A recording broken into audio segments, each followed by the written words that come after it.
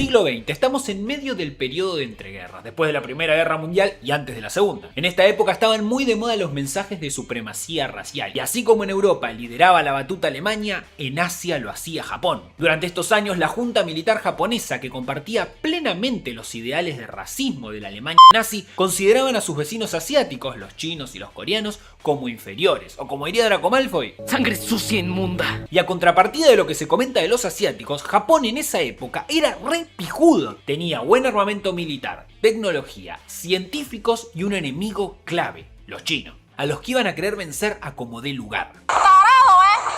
Japón buscó justificar su dominio en la región, afirmando que iba a liberar a Asia de todo tipo de colonialismo occidental y así crear la gran esfera de coprosperidad de Asia Oriental. Y bajo todo este chamullo que parece tan complejo explicado en palabras, fue la excusa que usó Japón para conquistar varios territorios de China. Entre ellos, la invasión de Manchuria en 1931 y la creación del estado de Manchukuo en 1932. ¿Y por qué te estoy contando todo esto? Porque si juntamos conquista, racismo y muchos colores, al profesor Japonio le dio el resultado perfecto para formar el Escuadrón 731.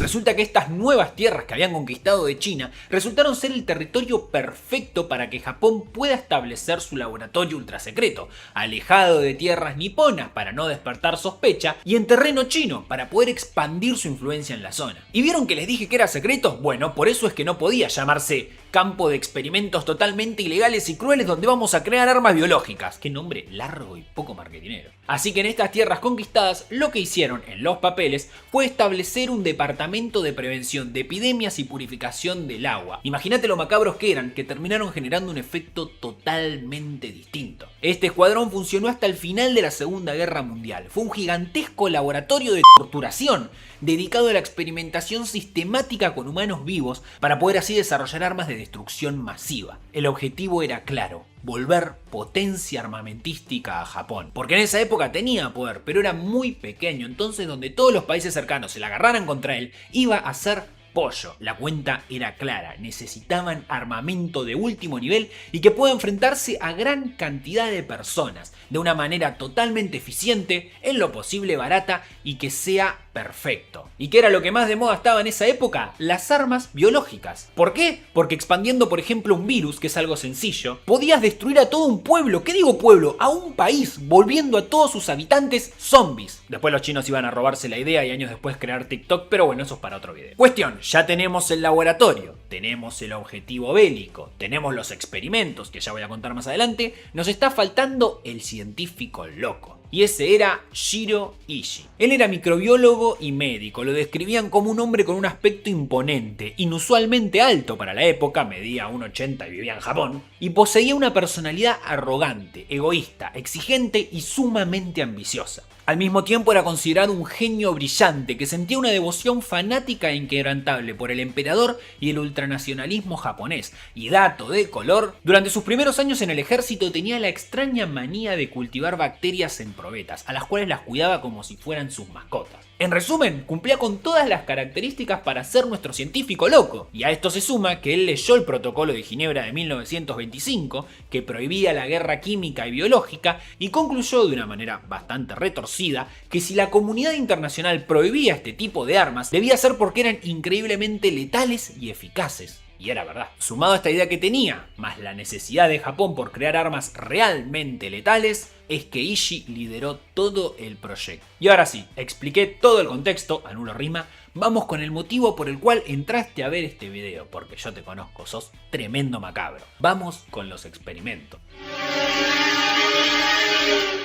Para empezar, se necesitaban conejillos de indias para llevar adelante las pruebas, porque no lo iban a hacer con población japonesa. Y para eso, como también hicieron los alemanes en Europa, los japoneses secuestraron a personas que consideraban inferiores para probar con ellos. En este caso casi siempre era población china, pero también iban capturando de otros pueblos que iban encontrando alrededor. Y a todos estos chinos los llevaban como si fuese ganado a estas plantas de procesamiento. para hacer todo tipo de experimentos, entre los que destacan vivisecciones y cirugías sin anestesia. Los médicos abrían cuerpos de hombres, mujeres embarazadas, niños e infantes estando plenamente conscientes y sin utilizar anestesia, ya que si los dormían consideraban que iban a generar cambios en las pruebas definitivas. Esto lo hacían con el objetivo de extirpar sus órganos y ver cómo reaccionaba el cuerpo en tiempo real, ver al corazón latir, ver la sangre pasar por las venas, cómo funciona cada órgano en situaciones estresantes e incluso dejarlos abiertos por horas o días, y si tenían enfermedades ver cómo avanzaban sobre los órganos con el paso del tiempo. También se amputaban brazos y piernas para ver qué pasaba con el cuerpo mientras se desangraba, e incluso en ocasiones, por pura curiosidad, cosían las extremidades amputadas en lugares distintos del cuerpo, por ejemplo poner un brazo donde va un pie, o combinaban partes de diferentes personas para hacer una especie de Frankenstein. También cambiaban de lugar los órganos, por ejemplo conectando el esófago directamente a los intestinos sin pasar por el estómago, y un montón de experimentos más con el cuerpo. Además realizaban infecciones deliberadas con patógenos letales, inyectando en prisioneros bacterias de la peste bubónica, cólera, antrax, entre un montonazo más para ver cómo era la letalidad de los agentes y cuánto tiempo tardaban en morir, e incluso contaminaban alimentos con enfermedades como la fiebre tifoidea para ver cuánto tiempo tardaba el virus en expandirse de manera oral. Había experimentos de congelación donde sometían a los prisioneros a temperaturas de menos 50 grados y pruebas de armamento en humanos. Ataban a los prisioneros a estacas a diferentes distancias y los atacaban con bombas explosivas, granadas de metralla, bayonetas, lanzallamas, lo que se te ocurra. Además de pruebas de resistencia física a través de torturas, por ejemplo dejaban a los prisioneros sin agua ni comida durante días, o incluso solo le daban de beber agua destilada o agua con sal para ver qué pasaba. O encerraban a víctimas en cámaras de tan baja presión que hacía que los ojos se les salgan del cráneo, o metían a personas en centrifugadoras haciéndolos girar a toda velocidad hasta que les causaba la morición. O por ahí un día pintaba y les reemplazaban la sangre a la gente por sangre de caballo a ver cómo reaccionaba el cuerpo, o se producían toda serie de abusos, o se contagiaba a personas con enfermedades venéreas y todo tipo de torturas que se te ocurran. O la peor de todas, los hacían trabajar 24/7 en supermercados chinos. Pará flaco, te fuiste a la mierda. Y esto es lo que hacían en ese espacio controlado del laboratorio, porque lo que hacían también muchas veces era propagar virus por poblados enteros que estaban en la zona, diseminando todo tipo de enfermedades que claramente se descontrolaban, eliminando ciudades enteras. Y entre todos estos experimentos, si bien no se tiene una cuenta clara de todos los que petisuiciaron, como diría la faraona, se calcula que las víctimas fueron más o menos 600.000 personas. Pero Lucas, ¿cómo pueden suceder procesos así? ¿No se dan cuenta que también son personas? Sí, algunos sí, e incluso muchos tenían remordimiento y decían que solo cumplían órdenes.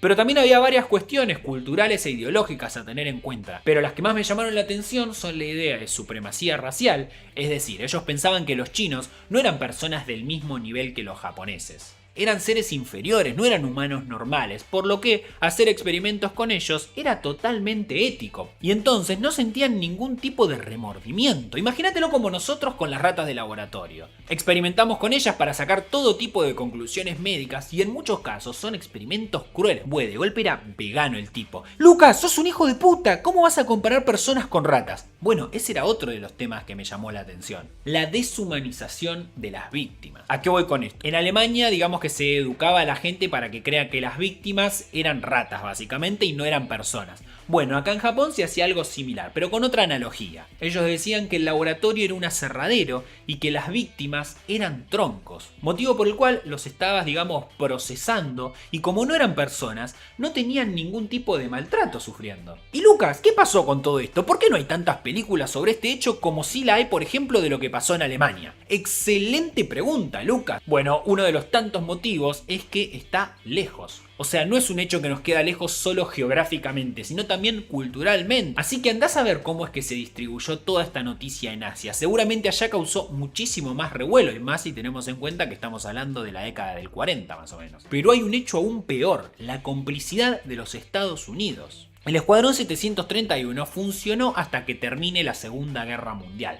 pero cuando llegó el fin, Japón estaba fuertemente debilitado porque los yanquis le habían tirado 2 bombas atómicas. De esto podemos hablar en otro video, déjame en comentarios si querés que toque este tema. Y ya que hablamos de tocar cosas, también toca el botón de me gusta y suscribirte para no perderte ningún contenido de este canal. Hacelo, no te cuesta nada, es totalmente gratis. Cuestión que Japón estaba destruida, su poder era menor y encima la Unión Soviética le había declarado la guerra e invadió Manchuria. Así que todos los japoneses que estaban en el escuadrón salieron rajando, no sin antes eliminar a todos los prisioneros que habían quedado vivos y aparte hacer explotar las instalaciones. Y dato de color, como adentro se trabajaba con todo tipo de virus y bacterias, esta explosión diseminó por todos lados todo tipo de enfermedades, lo que causó el fallecimiento y la enfermedad a montones de poblaciones cercanas. Pero el factor importantísimo para que nada de lo que se hacía en el escuadrón salga a la luz fue la complicidad con los Estados Unidos. Tras la rendición de Japón en septiembre de 1945, las fuerzas estadounidenses descubrió la magnitud de los errores que se realizaron en ese laboratorio,